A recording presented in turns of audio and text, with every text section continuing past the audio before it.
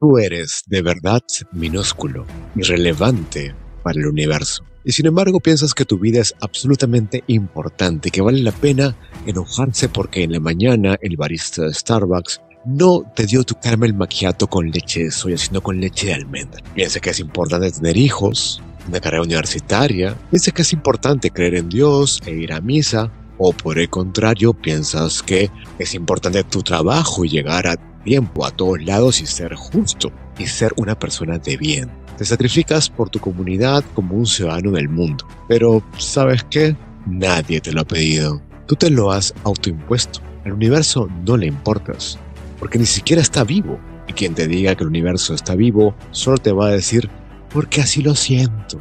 Lo cual implica que si ese es un criterio de verdad, tendríamos que hacerle caso a que nos deberíamos tirar de un puente porque así lo siente. Entonces, en un universo gigantesco que actúa con regularidad, pero también aleatoriamente, ¿tú has creído que alguien ha hecho algunas reglas para que tú las cumplas y que de esa forma tu vida tendrá un propósito y sentido? Por eso hoy veremos el asunto del sentido de la vida, y lo veremos en 4 autores: Camus, Nietzsche, los estoicos, en particular Marco Aurelio, y Krishnamurti. Vamos por orden, comencemos con Camus. Porque yo me pregunto, ¿dónde están las reglas del mundo? ¿Quién las ha dicho?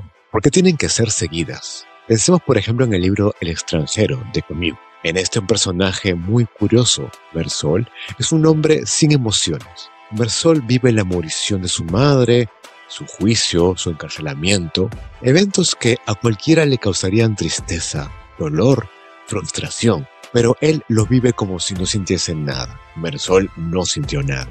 Camus lo describe como una vida sin sentido, una vida errante que no tiene reglas ni sobresaltos. Es una vida eminentemente sin reglas porque no hay ninguna regla creada. Ahora, imagina que esa fuera tu vida. No sentir felicidad por ese ascenso en la oficina, no sentir ese dolor porque tu pareja te dejó, no sentir ese enojo porque el carro de adelante se te atravesó. Y es que parece que las emociones dan sentido a nuestra vida. Es decir, pasamos constantemente de emociones positivas a negativas y eso es lo increíble de vivir. Pero esto también nos revela que no hay leyes fijas en esta vida. Vivimos nuestra vida huyendo de ciertas emociones y glorificando otras. Pero todas carecen de un sentido superior. Yo no consigo ningún bien mayor por destruir al mundo ni por hacerlo más justo. Esto lo revela el mito de Sísifo. ¿Conocen este mito? Un hombre muy inteligente llamado Sísifo engañó a Tánatos, dios de la morición, para que nadie pierda la vida. Zeus y Hades, después de haber sido engañados por Sísifo y sus argucias, deciden ponerle un castigo ejemplar, peor que la morición. Fue condenado a subir todos los días a una elevada colina, una piedra gigante. Cuando esta piedra estuviera cerca de llegar a la cima de la colina, la piedra resbalaría y Sísifo tendría que volver a subirla. Esto se repite para toda la eternidad. O sea, todos los días Sísifo va a subir la piedra y luego se le va a caer y al siguiente día va a subirla de nuevo.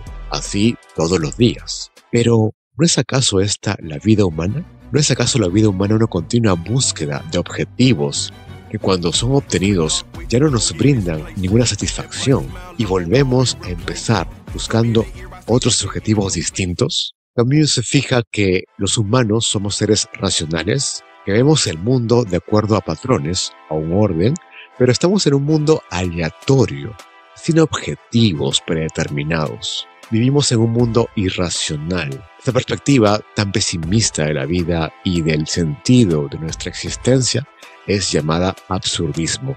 La vida es absurda, carece de sentido. Y esta es quizá una perspectiva muy oscura, una perspectiva muy oscurecida de la existencia. Pero hay autores, y también Camus lo piensa así, como Sontag, que piensan que esta perspectiva es liberadora, porque si nada está escrito en piedra respecto a cómo debemos vivir nuestra vida, entonces todo está permitido.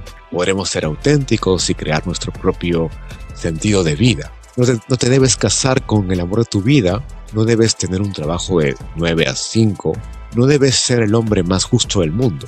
Todo ello no es una imposición de fuera, es una autoimposición. Y como es tuya, puedes cambiarla. Esto me hace sentir más tranquilo. No sé ustedes, pero desde que comencé a leer filosofía, sobre todo la contemporánea, entendí que mucho de lo que creemos verdadero es una construcción social o carece de una argumentación fuerte para poder creer en eso. Pensar que yo puedo crear mi propio mundo, por más individualista que suene eso, es un respiro. Y esto nos lleva al siguiente autor, Nietzsche. Una vez que hemos visto que la existencia no tiene un sentido fijo, uno podría criticar las ideologías imperantes. Uno podría, por ejemplo, criticar al capitalismo o a las ideas cucufatas de tu tía Marta, que te dice, por ejemplo, pero mi hijo, ¿cuándo se va a casar usted? Se le está yendo el tren. ¿Quién lo va a querer a usted todo viejo cuando tenga 40? Y esta idea usa Nietzsche para criticar a la moral de esclavos, es decir, al cristianismo. Para Nietzsche, los humanos tenemos una verdadera moral de esclavos porque nos solemos resignar al conformismo. Nos resignamos a la vida que tenemos. El cristianismo, justamente, tuvo su auge con los esclavos romanos que no tenían forma de escapar de ese régimen autoritario que era el emperador. Con el cristianismo, los esclavos podían soñar con una vida más allá de lo que les pasa ahorita. En lugar de cambiar lo que les pasa aquí y ahora, pueden soñar con lo que está fuera de, lo que está en otra vida. Pero criticar al cristianismo en la época, sobre todo de Nietzsche, es difícil, porque su cultura era muy cristiana, y el prejuicio contra los ateos era bastante fuerte. Y eso me lleva a la idea de Nietzsche, de la Europa de su época, que poco a poco, pese a que todos eran cristianos, no sostenían con tanta fuerza esas ideas cristianas. Y eso no solo ocurría en su época, sino ahora. Veamos a las ciudades en la actualidad. Personas cada vez son más independientes, no piensan en ninguna entidad demasiado atormentadora que les cambie el destino o los obligue a actuar de cierta manera. A esto se refería Nietzsche con la morición de Dios. Las personas poco a poco han dejado de tener un sentido de vida en el más allá, sino que hacen cosas aquí y ahora con un relato de la realidad sin un Dios. Nietzsche arguye que tiene sentido que esta narrativa sea tan fuerte porque el cristianismo se ha derrumbado en la práctica, porque precisamente niega las pasiones, las emociones. Y de nuevo, volvemos a nuestro sentido de vida principal. Nos gusta sentir cositas. Nos gusta sentir pasión y dolor y felicidad y emocionarnos y sentir mucho. Todo eso es parte de ser humano. Pero Nietzsche va a afirmar que nuestro mundo se guía principalmente por la voluntad de poder. Y no es la voluntad de poder de esos políticos de la casta tan pesados con necesidad de dominarlo todo. No. Nietzsche se refiere a la voluntad de todos los humanos de afirmar nuestro yo mediante la dominación de la realidad. Todos nuestros proyectos vitales incluyen intentar cambiar la realidad. Este video podcast mismo busca cambiar la realidad al intentar hacer que la gente sepa más de filosofía y que se pregunte cosas. Nietzsche le atinó a la idea de que todos buscamos afirmar nuestro yo en la realidad. Pero Nietzsche se pregunta aún más, ¿cuál tipo de hombre es la mejor forma de vivir? Ese nuevo hombre no puede ser el decadente hombre cristiano, complaciente y resignado a vivir una vida de dolor. Claro que no. Ese nuevo hombre tiene que ser el superhombre, el Übermensch, el hombre que está más allá del bien y el mal. ¿Pero qué es eso? ¿Cómo que un hombre que está más allá del bien y del mal? Pues, ¿qué es el bien y el mal? Estos son conceptos súper cristianos. Tienen que ver mucho con la culpa, pero los usamos para hacer sentir a los demás los malos actos. Pero seguir esas reglas no es ser humano. Esto es ser humano, para Nietzsche, de poca monta. Un humano que niega sus pasiones. El hombre es racional, claramente, pero también es pasional. En el balance está el superhombre. El superhombre está entre lo apolíneo y lo dionisiaco. Está entre nuestra racionalidad tan superior a los animales y nuestra pasionalidad de ser animales que sienten y se desbordan de sus deseos más carnales. Somos seres racionales y pasionales. Y claro, esta nueva moral es más refrescante, es menos pesimista. Nosotros, los latinoamericanos, siempre tenemos la emoción en la vena, pero también somos muy juzgadores entre nosotros. El chisme de una tía que le puso el cuerno al tío o la mujer que se divierte con muchos hombres es para muchos motivo de vergüenza. Y esa es una moral cristiana. Pero bien podríamos cambiar de moral y aceptar nuestras pasiones. Pero ¿hasta cuánto? ¿Acaso no es la vida también una frustración respecto a nuestros deseos? Pero antes de seguir, por favor, amigo, suscríbete, dale, pensemos todos juntos. Seamos amigues bonites por internet. Ahora sigamos con el video. Es en este punto donde podemos introducir el punto de vista de los estoicos, los filósofos más populares de toda la internet, y con justa razón. Mira nuestro frustrante sistema. Personas que trabajan todo el día, personas insatisfechas con sus relaciones, personas que sienten que no han logrado nada, personas sin rumbo. El estoicismo parte precisamente de la idea de que el mundo es impredecible, y si nos apoyamos en los resultados de nuestros deseos como sentido de vida, muy pronto acabaremos en frustración. Y recuerden que la época estoica era mucho más feroz a la nuestra. En ese momento no habían derechos, no había un orden con instituciones de justicia. Lo que sí había era potenciales tiranos que podían simplemente violentarte como les dé la gana, pues poseían el poder. No habían reglas de juego. Y en ese mundo tan caótico, los estoicos dijeron: «Pare de sufrir, amigo mío». Por supuesto, los estoicos no formaron ninguna secta religiosa, pero se dieron cuenta de que los que de verdad nos importa no es un sentido de vida último en el cual soñar con grandezas y una mejor vida. En verdad lo que nos importa es disfrutar de la vida y no sufrir. De nuevo, el sentido de vida humano está más jalado por las emociones de lo que creemos. Por esa razón, uno podría usar las ideas de Marco Aurelio. Él afirma con vehemencia que la mente es nuestro bastión. Uno puede protegerse del mundo si entrena su mente. Uno puede vivir absolutamente feliz si ajusta sus percepciones a la realidad. No tenemos control de los hechos, pero sí el control de nuestras acciones. Amor fati es una expresión en latín que, aunque esté más asociada a Nietzsche, puede ser interpretada como aceptar los hechos o aceptar nuestro destino. No es una idea como la cristiana de ser resignado frente a lo que nos tocó en suerte, pero sí es aceptar que nuestra vida tiene una configuración actual y que por más que deseemos cambiar aquello que no está en nuestro control, no podemos hacerlo ahora, al menos no en este momento. Más bien podemos concentrarnos en aquello que sí podemos cambiar, como las acciones o nuestra percepción. No nos perdemos en lo que deseamos para el futuro y no nos aferramos a lo que tenemos ahora, sino que aceptamos que el mundo es impermanente, que todo cambia. Tu tío era un guapetón hace 20 años y ahora está panzón y desempleado. Tu primita era una niñita malcriada de pequeña y ahora está en Harvard haciendo un doctorado. Todo cambia, nada es permanente. Aceptar que todo cambia implica que no nos centramos en la injusticia, es decir, en aquello que debería ocurrir, sino en lo natural, los hechos, aquello que está ocurriendo. Y eso da paso a centrarnos en el presente. Controlamos lo que podemos controlar y podemos controlar las acciones nuestras y nuestra percepción. Eso nos lleva a cultivar la virtud, la cual es un valor griego que se refiere a la sabiduría en las acciones. Marco Aurelio afirmaba que esta sabiduría solo nacía de la tranquilidad y resiliencia. Tu vida caótica solo puede ser mejorada desde la templanza, el mantenerse tranquilo ante los embates de la vida. El sentido de la vida para un estoico ya no es la búsqueda de un proyecto propio ni tampoco es un sinsentido, sino que es un cuidado de nuestra templanza y nuestra percepción. Pero por supuesto, esto es muy difícil. Yo sé que en internet hay muchos de estos autores. Algunos se identifican con los machos sigma o los alfa, los lobos solitarios que son los sigma, que buscan mejorarse a sí mismos sin causar daño. Pero claro, igual un lobo solitario tiene un problema muy grave.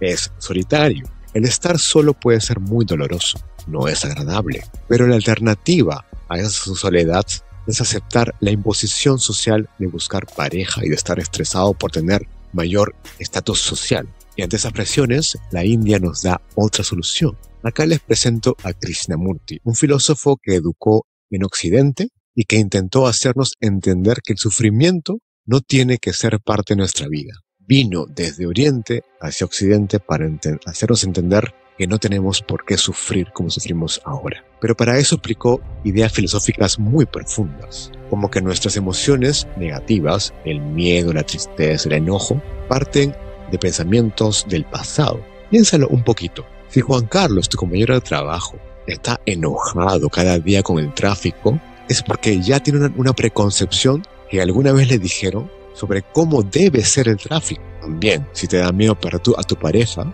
porque salió con una amiga o un amigo del cual sospechas es porque tienes la preconcepción de que tu pareja o las parejas engañan, o que su amiga o amigo es mejor que tú, entre comillas, y como la pareja en tu preconcepción solo se trata de admiración, te va a dejar por esa persona. Pero Krishnamurti enfatiza que nuestro miedo parte de ideas del pasado.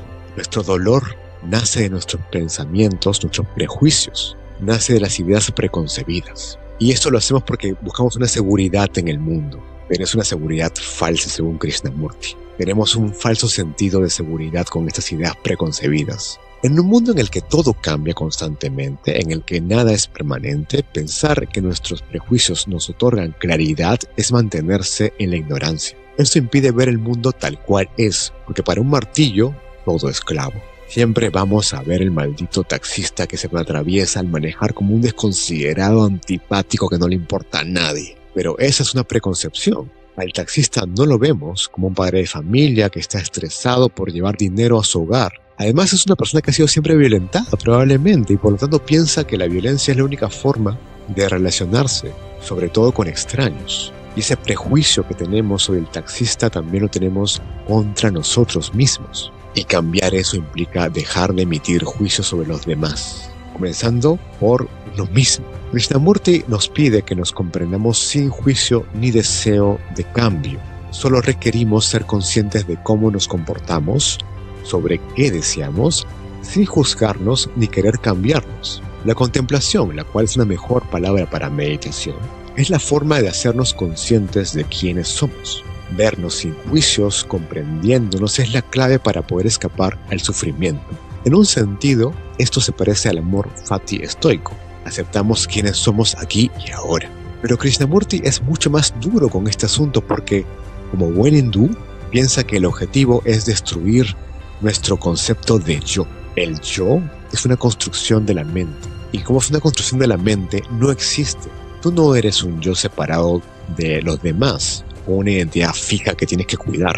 Creer que nosotros somos alguien es el origen del dolor, porque nos separa del mundo. El yo es un yo diferente a los demás. El yo se define por posición, y yo sé que acá te puedes marear un poquito, pero ponlo así. Tú eres Julio, pero para definirte como Julio tienes que ser Julio pero no Cristina, pero no Julián, no el perrito de la esquina, no el Empire State, no un gorila, no Santa Claus. Tú eres Julio y eres diferente a Cristina, a Julián, al perrito, a Santa Claus, al Empire State, pero en realidad, sobre todo entre humanos, no somos tan diferentes. Somos conciencias que sentimos y sufrimos lo mismo.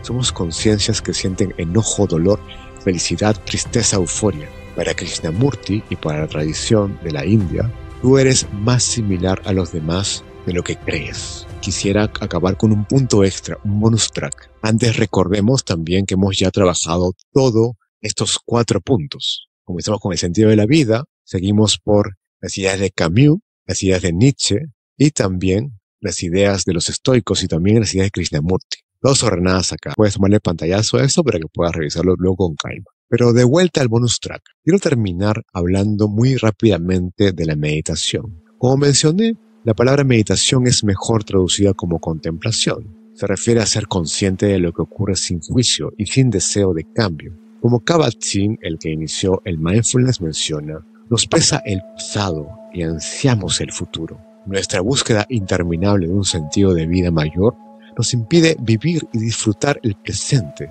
El sentido de la vida, para mí, consiste en comprometernos con el presente. Planea tu vida y ten objetivos. Pero la felicidad y el sentido de tu vida no está ahí, sino en la contemplación del presente y en la gentileza que tienes con los demás y contigo al no juzgar. El sentido de nuestra vida está en impedir que la mente se agite para que tengamos espacio mental para hacer una sola cosa con nuestra vida, ser gentiles con nosotros y con toda la humanidad.